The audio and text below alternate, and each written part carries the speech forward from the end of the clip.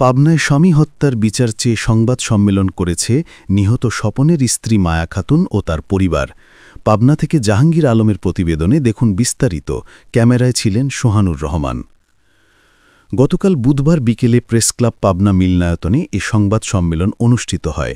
সংবাদ সম্মেলনে নিহত স্বপনের স্ত্রী মায়া খাতুন বলেন, ৩ সন্তানের জনক আমার স্বামী স্বপন প্রামাণিকের সাথে সাঁথিয়া খেতুপাড়ার সামান্য পাড়ার প্রবাসী মোহাম্মদ আরিফের স্ত্রী রত্না খাতুনের সাথে গত ৩-৪ বছর পূর্বে পরকীয়া প্রেমের সম্পর্ক গড়ে ওঠে। নিহত স্বপন প্রামাণিক মাঝে মধ্যেই রত্না খাতুনের বাড়িতে যাওয়া আসা করত। রত্না খাতুনের চাহিদা পূরণ করতে গিয়ে আমার সংসারের সকল দামি জিনিসপত্র বিক্রি করে পরকীয়া প্রেমিকা রত্নাকে দিয়ে আসত। রত্নার দাবি পূরণ করতে গিয়ে আমার সংসার ধ্বংস করে ফেলেছে আমার স্বামী। আমি আমার স্বামীকে তার ৩ সন্তানের ভবিষ্যৎ নিয়ে অনেক বুঝিয়েছি। এক পর্যায়ে গত ২-৩ মাস আমার স্বামী স্বপন প্রামাণিক রত্না খাতুনের বাড়িতে যাওয়া আসা বাদ দিয়েছিল। এ কারণে রত্না আমাকে হুমকি দিয়েছিল, তোর সংসার ও স্বামীকে কিভাবে ধ্বংস করতে হয় সে কৌশল আমার জানা আছে। এরপর গত শনিবার সকালে আমার স্বামী নিহত স্বপন প্রামাণিক কাজের উদ্দেশ্যে বাড়ি থেকে বের হয়ে যায়। ২ দিন খোঁজ না পাওয়ায় গত সোমবার বিকালে পরকীয়া প্রেমিকা রত্না খাতুন আমাকে ফোন করে বলে, স্বপন অসুস্থ, আপনি দ্রুত আমাদের বাড়িতে চলে আসেন। এরপর পথিমধ্যে জানতে পারি আমার স্বামীর লাশ সাঁথিয়া থানায় রয়েছে। আমিও আমার পরিবারের লোকজন সাঁথিয়া থানায় গিয়ে আমার স্বামীর মৃতদেহ শনাক্ত করি। আমার স্বামীর হাতের রগ কাটা ছিল, তার দেহে অনেক জায়গায় ফোলা জখম ছিল। লাশের গোসল করানোর সময় দেখতে পাই আমার স্বামীর ঘাড় মটকানো ছিল। মৃত মানুষের ঘাড় যেখানে শক্ত থাকে সেখানে আমার স্বামীর ঘাড় এদিকে সেদিক ঘোরানো যাচ্ছিল। তাতে আমার সন্দেহ হচ্ছে আমার স্বামী স্বপনকে শরীরে স্পর্শকাতর জায়গায় আঘাত করার পর হাতের রগ কেটে ও ঘাড় মটকিয়ে হত্যা করা হয়েছে।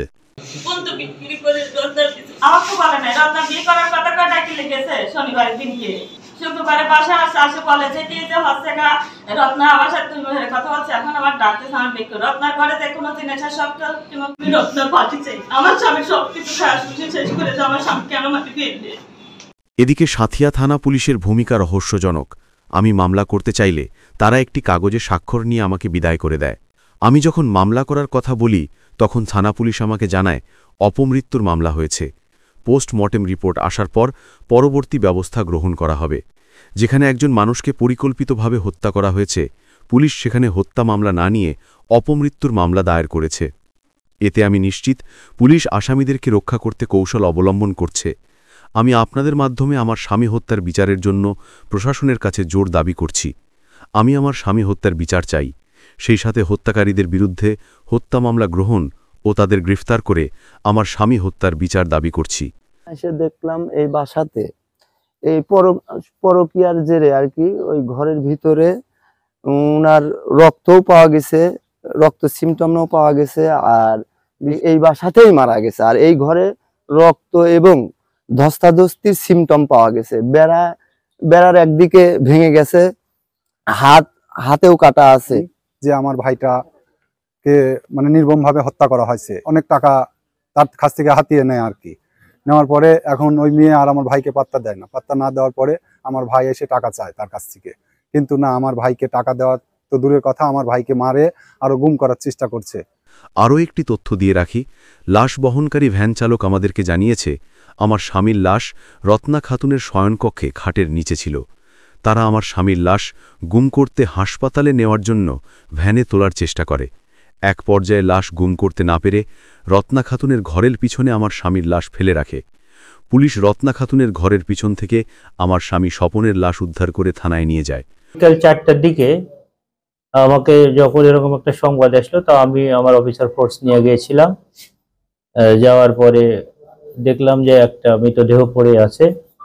তো পরে শুনলাম যে ওই ছেলেটার নাম স্বপন এবং বাম হাত কাটা অবস্থায় উঠানে যখন পড়েছিল, স্থানীয় জনগণকে জিজ্ঞাসাবাদে এইসব জানা যায় এবং তাকে স্থানীয়ভাবে চিকিৎসা করার জন্য চিনাখোড়া বাজারে নিয়ে যাওয়া হয়, কিন্তু ওখানে কোনো ডাক্তার না পাওয়ায় অপরিচিত ভ্যানালা আবার তাকে ফেরত নিয়ে আসে এবং উঠানের উপর রেখে চলে যায়। ওখানে সে মৃত্যুবরণ করে। উল্লেখ্য, গত শনিবার প্রেমিক স্বপনকে ডেকে নিয়ে হত্যার অভিযোগ উঠেছে প্রেমিকা রত্না খাতুনের বিরুদ্ধে। ঘটনাটি ঘটেছে গত সোমবার বিকেলে পাবনা সাঁথিয়া উপজেলার খেতুপাড়া ইউনিয়নের সামান্য পাড়া গ্রামে। নিহত স্বপন প্রামাণিক পাবনা সদর উপজেলার দোগাছি ইউনিয়নের খয়েরসুতি গ্রামের মোহাম্মদ ইমান আলী প্রামাণিকের ছেলে। তিনি পেশায় একজন ঘোড়ামির কাজ করতেন। সংবাদ সম্মেলনে উপস্থিত ছিলেন নিহত স্বপনের বড় মেয়ে স্বপ্না খাতুন, ছোট মেয়ে শ্রাবন্তী ও একমাত্র ছেলে আশিক প্রামাণিক ও নিহত স্বপনের ভাই টিপু প্রামাণিক।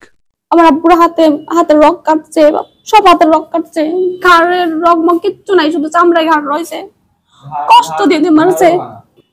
আমরা ওদের ফাঁসি চাই, যারা যারা খুন করছে জড়িত আছে তাদের ফাঁসি চাই। প্রয়োজন পড়ছে, বিয়ে করবে, বিয়ে করার কথা বলে ডাকছে বাসায় ডেকে এই কাণ্ড ঘটাইছে।